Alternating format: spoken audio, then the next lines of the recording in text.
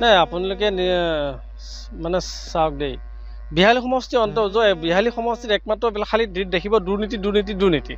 যদি অসমৰ ভিতৰত চবতকৈ চাবলৈ যায় বিহালী সমষ্টিত আপুনি দুৰ্নীতি দেখিব। তাৰ একমাত্ৰ উদাহৰণ এটা আমি দেখাই দিছোঁ, এইটো আপোনালোকে চাওক। 1 ইঞ্চি ঢালাই মাৰি গৈ END নলাটো গোটেইখন খহি মেলি চেছ। আজি এবছৰ দুয়ে ছমাহ 3 মাহ নে 4 মাহ 2 মাহো হোৱা নাছিলে। এয়া চাওকচোন, 1 ইঞ্চি নলা মাত্ৰ 1 ইঞ্চি ঢালিছে, কোনো ঢেলাই নাই, কোনো একো নাই, চব খহি মেলি এতিয়া END নলা খতম। এইটো END নলা নে এতিয়া কিন্তু মানুহক সহায় মেলি মানুহ মাটি সহাইছে। এনেধৰণে এতিয়া ঠিকাদাৰবিলাকে আহিলোঁ লুণ্ঠন চলায়, য'ত 20 লাখ টকাৰ কাম, য'ত 50 লাখ টকাৰ কাম 1 লাখ 2 লাখত কামটো কৰি গুচি যায়। কিন্তু ইয়াত কোনো বিভাগীয় কৰ্তৃপক্ষ আছে, না MLA আছে, না MP আছে, না কিবা আছে, কোনো ইয়াত ব্যৱস্থা গ্ৰহণ কৰিবলৈ একোৱেই নাই। কিন্তু খালি দুৰ্নীতিতেতো ইয়াত চব দুৰ্নীতি যদি আমি বাতৰি কৰি আহোঁ বিভিন্ন ধৰণৰ পৰা প্ৰেছাৰ আহে। এনেকৈ নহ'ব নহয়, বিহালীখন এনেকৈ চৰণীয়া পথাৰ নহয়। ইয়াত যোনজন ইঞ্জিনিয়াৰ আছে, ইঞ্জিনিয়াৰজনক একদম ঘোচ খাইছে। এইটো নহ'বা এনেকৈ বিল পাছ হয় নেকি? চাওকচোন আপোনালোকে, এই ইঞ্জিনিয়াৰ যোনজন আছে, এই যে ইৰিগেশ্যনৰ ইঞ্জিনিয়াৰ, তেখেতক গ্ৰেপ্তাৰ কৰিব লাগে। আমি যদি ইমান সৎ সাহস, যদি বিহালী সমষ্টি ইমান উন্নয়নৰ কথা যাত্ৰাত চলি থকা অৱস্থাত যদি ইমান দুৰ্নীতিমুক্ত অসমৰ মুখ্যমন্ত্ৰীয়ে কৈ থাকে অসমত কোনো দুৰ্নীতি নহয়, দুৰ্নীতিমুক্ত অসমৰ মুখ্যমন্ত্ৰী হিমন্ত বিশ্ব শৰ্মাক আমি দেখাব বিচাৰিছোঁ। চাই লওক ইয়াত দুৰ্নীতি, বিহালী সমষ্টি দেখাওক, গোটেই দুৰ্নীতি দেখা পাব আপুনি যদি চাই। আৰু বিভিন্ন ধৰণৰ আছে, আমি আপোনালোকক নকওঁ, এটা বিয়াগুম এটা দুৰ্নীতি আমি প্ৰকাশ কৰিব গৈ আছোঁ, আপোনালোকক দেখাম আমি। আপোনালোকে চাওক, এই মাত্ৰ এটা END নলাক, য'ত 25-30 লাখ টকা, তাত 1 লাখ টকা খৰচ নকৰি গোটেইটো খৰচ কৰি ফলক চলক একো নাই, গোটেই পইচাটো খাই দিলে। এতিয়া কোনে কৰিছে কি কথা, এইটো ইঞ্জিনিয়াৰজনক গ্ৰেপ্তাৰ কৰিব লাগে। এইটো অতি শীঘ্ৰে, যদি অসমৰ মুখ্যমন্ত্ৰী সাহস আছে এই বস্তুটো ইঞ্জিনিয়াৰজনক গ্ৰেপ্তাৰ কৰক আৰু ঠিকাদাৰজনক গ্ৰেপ্তাৰ কৰক, তেতিয়াহে আমি জানিম অসমৰ মুখ্যমন্ত্ৰীয়ে এজন দক্ষ মুখ্যমন্ত্ৰী বুলি।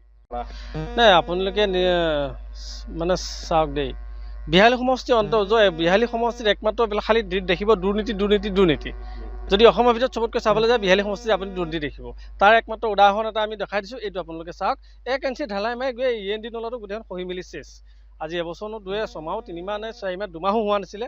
এয়া চাওকচোন, 1 ইঞ্চি নলা মাত্ৰ 1 ইঞ্চি ঢালিছে, কোনো ঢেলাই নাই, কোনো একো নাই, চব খহি মেলি এতিয়া END নলা খতম। এইটো END নলা নে এতিয়া কিন্তু মানুহক সহায় মেলি মানুহ মাটি সহাইছে। এনেধৰণে এতিয়া ঠিকাদাৰবিলাকে আহিলোঁ লুণ্ঠন চলায়, য'ত 20 লাখ টকাৰ কাম, য'ত 50 লাখ টকাৰ কাম 1 লাখ 2 লাখত কামটো কৰি গুচি যায়। কিন্তু ইয়াত কোনো বিভাগীয় কৰ্তৃপক্ষ আছে, না MLA আছে, না MP আছে, না কিবা আছে, কোনো ইয়াত ব্যৱস্থা গ্ৰহণ কৰিবলৈ একোৱেই নাই। কিন্তু খালি দুৰ্নীতিতেতো ইয়াত চব দুৰ্নীতি যদি আমি বাতৰি কৰি আহোঁ বিভিন্ন ধৰণৰ পৰা প্ৰেছাৰ আহে। এনেকৈ নহ'ব নহয়, বিহালীখন এনেকৈ চৰণীয়া পথাৰ নহয়। ইয়াত যোনজন ইঞ্জিনিয়াৰ আছে, ইঞ্জিনিয়াৰজনক একদম ঘোচ খাইছে। এইটো নহ'বা এনেকৈ বিল পাছ হয় নেকি? চাওকচোন আপোনালোকে, এই ইঞ্জিনিয়াৰ যোনজন আছে, এই যে ইৰিগেশ্যনৰ ইঞ্জিনিয়াৰ, তেখেতক গ্ৰেপ্তাৰ কৰিব লাগে।